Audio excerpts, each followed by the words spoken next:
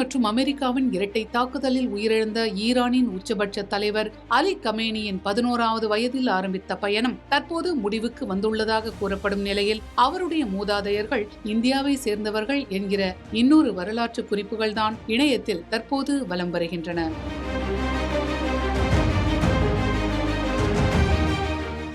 Israel மற்றும் அமெரிக்காவின் இரட்டை தாக்குதலை எதிர்கொண்டுள்ள ஈரான் அதற்கு தக்க பதிலடி கொடுத்து வருகிறது. இதனால் அமெரிக்காவும் இஸ்ரேலும் சற்று அதிர்ச்சியில் உறைந்துள்ளன. ஆனால் இந்த தாக்குதலில் ஈரானின் உச்சபட்ச தலைவர் அலி கமேனி உயிரிழந்த சம்பவம் அந்நாட்டுக்கு பின்னடைவாக பார்க்கப்படுகிறது.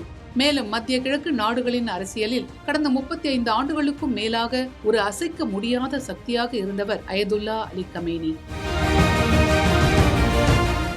அவரை ஒரே நாளில் கொன்றிருப்பதாக அமெரிக்காவும் இஸ்ரேலும் மார்தட்டிக் கொள்வது உலக நாடுகளையே திரும்பி பார்க்க வைத்துள்ளது. உலகையே அதிர வைத்திருக்கும் இந்த சம்பவம் வெறும் ஒரு தாக்குதல் மட்டுமல்ல, ஈரானின் எதிர்காலத்தையே மாற்றப் போகும் ஒரு பெரிய திருப்பமாகும். 11வது வயதில் ஆரம்பித்த அவரது பயணம் தற்போது முடிவுக்கு வந்துள்ளதாக கூறப்படும் நிலையில் அலி கமேனியின் மூதாதையர்கள் இந்தியாவை சேர்ந்தவர்கள் என்கிற இன்னொரு வரலாற்று குறிப்புகள் இணையத்தையே கலக்கி வருகின்றன. அது குறித்த தகவலை இங்கு அறிவோம்.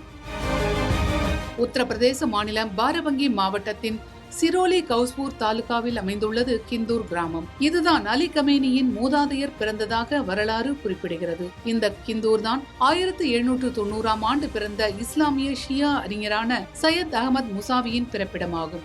அவரது சந்ததியினர் ஈரானின் அரசியல் மற்றும் மத நிலப்பரப்பை மறு வடிவமைக்க சென்றனர். அவரது பரம்பரையில் 1979 இஸ்லாமிய புரட்சியின் சிற்பியான அயதுல்லா ருஹோல்லா கமேனி மற்றும் ஈரானின் தற்போதைய உச்ச தலைவராக இருந்த அலி கமேனி ஆகியோர் அடங்குவர். 1830ஆம் ஆண்டில் சையத் அகமது முசாவி தனது 40வது வயதில் கிந்தூரிலிருந்து புறப்பட்டு அவத் நவாபுடன் ஈராக்கிற்கு புனித யாத்திரை மேற்கொண்டார். திரும்புவதற்கு பதிலாக அவர் ஈரானுக்கு பயணம் செய்து இறுதியில் குமைன் கிராமத்தில் குடியேறினார். தனது இந்திய வம்சாவளியை குறிக்கும் விதமாக அவர் ஹிந்தி என்ற பெயரை ஏற்றுக்கொண்டார். ஷியா அறிஞர் வட்டாரங்களில் சையத் அகமது முசாவி ஹிந்தி என்று அவர் அறியப்பட்டார். அவரது குடும்பம் மத புலமையில் மூழ்கி இருந்தது. பல தசாப்தங்களுக்கு பிறகு அவரது பேரன் ருஹோல்லா கமேனி மேற்கத்திய ஆதரவு பெற்ற பஹல்லவி முடியாட்சிக்கு எதிரான முன்னணி எதிர்ப்பு குரலாக உருவெடுத்தார். பல தசாப்தங்களுக்கு பிறகு அவரது பேரன் ருஹோல்லா கமேனி மேற்கத்திய ஆதரவு பெற்ற பஹல்லவி முடியாட்சிக்கு எதிரான முன்னணி எதிர்ப்பு குரலாக உருவெடுத்தார். 1978ஆம் ஆண்டில் ஷாவுக்கு எதிரான போராட்டங்கள் தீவிரமடைந்த போது ஈரானிய ஆட்சி ஒரு அரசாங்க செய்தித்தாளில் கமேனியை இந்திய முகவர் என்று முத்திரை குத்தி அவமதிக்க முயன்றது.